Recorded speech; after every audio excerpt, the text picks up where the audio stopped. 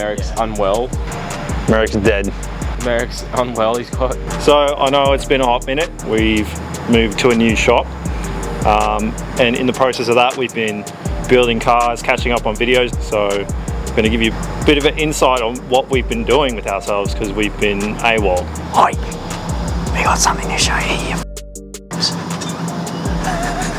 Follow me. Yes. This is it. This is the crib.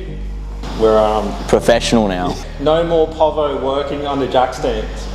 That's where we sleep. We sold our house. Shout out to Dan, hooking us up with a sweet ass fan.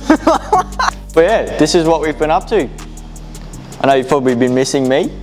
I mean, us. Not finished yet, obviously, but we're getting there. So by now we would have revealed the blue Lexus. This is where it's at the moment. Don't know how many episodes in we are at this point, but it's getting some good work done. All right, so we're just, while the engine's out, we've pulled it back out. Just gonna go through, clean up all this body harness. It's running over the strut tower at the moment, so we're gonna try feed it underneath. So it's gonna look a little bit cleaner. And then after that, put the engine back in. Check out this quality harness work.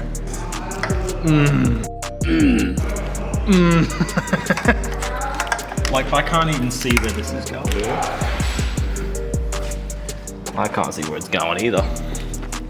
Are you going to feed something through, maybe pull it through? Yeah, I think so.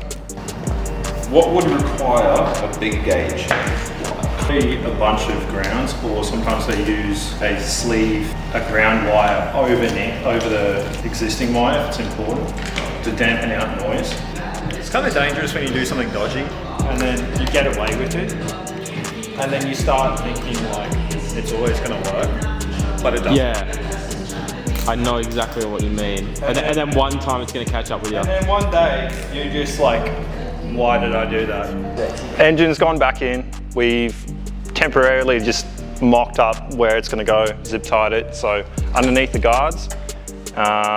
We won't know for sure how everything's going to sit until the headlights go back in and whatever else needs to go here, but it's actually looking way cleaner. That one's going to have to stay there, unfortunately, but yeah, so back in for now. I think we're doing fuel lines next, so. Very nice!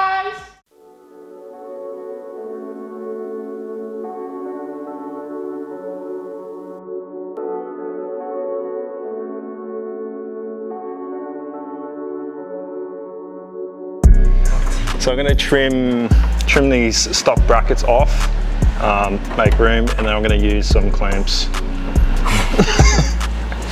Some of those rubber D clamps just for now, run it through.